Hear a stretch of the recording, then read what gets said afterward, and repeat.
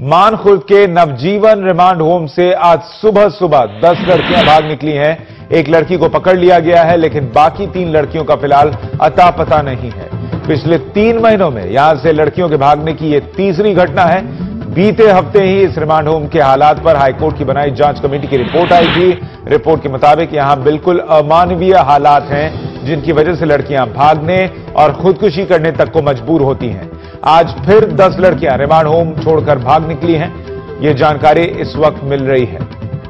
प्रसाद काथे हमारे सहयोगी ज्यादा जानकारी के साथ जुड़ रहे हैं। प्रसाद, एनडीटीवी की एक्सक्लूसिव रिपोर्ट में हमने वो हालात दिखाए थे जिसे हाईकोर्ट की तरफ से बनाई गई एक जांच कमेटी ने भी नरकीय हालात बताया था। अब खबर यह कि 10 लड़कियां और भाग गई हैं। इसके बारे में क्या जानकारी मिल रही है?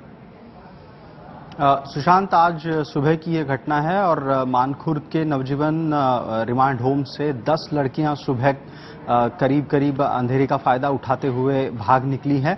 और सबसे बड़ी इसमें ये बात है कि ये लड़कियां वहां से इसलिए ज्यादातर समय निकलने की कोशिश में होती है क्योंकि वहां के जो हालात है वो बदतर से भी अगर कुछ ज्यादा कहा जाए तो वो हैं। जैसे कि थोड़ी देर पहले आपने खुद ने जिक्र किया, हाईकोर्ट की कमेटी ने इसे नरकीय हालात के रूप में भी करार दिया है। खास बात यह है कि आज की घटना पिछले 3 महीनों में हुई ये तीसरी वारदात है।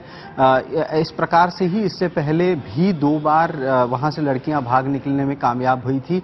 हालांकि आज की घटना में बताया यह जा रहा है प्राथमिक जानकारी के रूप में कि 10 लड़कियां जिन्होंने आज रिमांड होम से भागने की कोशिश की और जो सफल हुई उसमें से एक लड़की को पकड़ने में कामयाबी मिली है। लेकिन चुनौती सबसे बड़ी यह है कि लड़कियां आखिरकार रिमांड होम से भाग क्यों जाती है। वहां के हालात सुधरने का नाम नहीं ले रहे हैं और बस एक रिपोर्ट पर रिपोर्ट आती है या फिर चर्चाएं थोड़ी देर के लिए चलती हैं, बाद में हालात जस के तस बने रहते हैं। प्रसाद, ये खबर एक बार के लिए ये बात भी साबित करती है कि जो हाईकोर्ट की जांच कमेटी की रिपोर्ट थी, वो रिपोर्ट सामने आने के बाद भी और कुछ कदम उठाए जाने के बाद भी, जिसमें कि ट्रांसफर भी कुछ लोगों के हुए इस रिमांड होम से, स्थिति नहीं बदली। अगर स्थिति बदल गई होती तो शायद ये लड़कियां नहीं भागती। जी बिल्कुल, जिस तरीके से महाराष्ट्र सरकार के महिला बाल कल्याण विभाग की तरफ से अधिकारियों के तबादले और निलंबन तक की कार्रवाई हुई थी, उसके बावजूद हालात बदलने का नाम नहीं ले रहे हैं। दरअसल रिमांड होम सुधार गृह के रूप में देखा जाता है।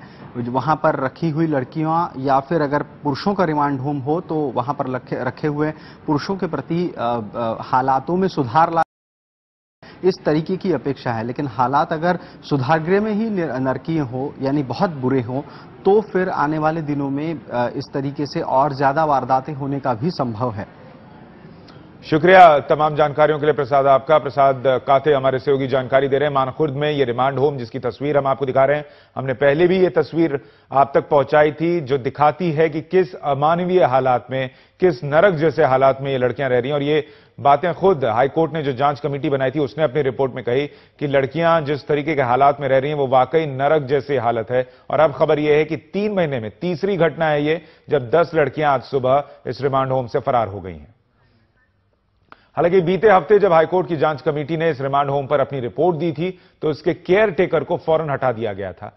इस रिपोर्ट के मुताबिक इस रिमांड होम में लाचार लड़कियों के साथ बदसलूकी होती है।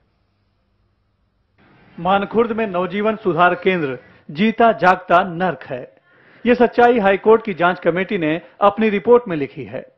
28 पेज की इस रिपोर्ट में रिमांड होम की काली दुनिया को बयान किया गया है। इसके पहले राज्य की बनाई जांच कमेटी भी यहां आ चुकी थी। एनडीटीवी इंडिया के हाथ रिमांड होम में फैली गंदगी और बदहाली की कुछ वीडियो और तस्वीरें लगी हैं। इतनी अमानवीय हालत को देख है कि यहां जिंदगी कैसे कटती है।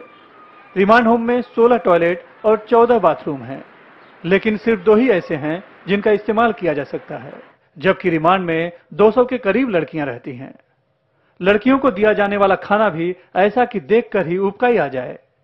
जांच समिति को एक लड़की ने अपने बयान में कहा, हम पर मैडम बहुत चिल्लाती हैं, सिर्फ हल्दी नमक और मिर्ची में खाना बनाते हैं, कांदा और हरी मिर्च भी नहीं देते, खाना कच्चा होता है, खाने में पानी इतना होता है कि लोग नहा सकते हैं।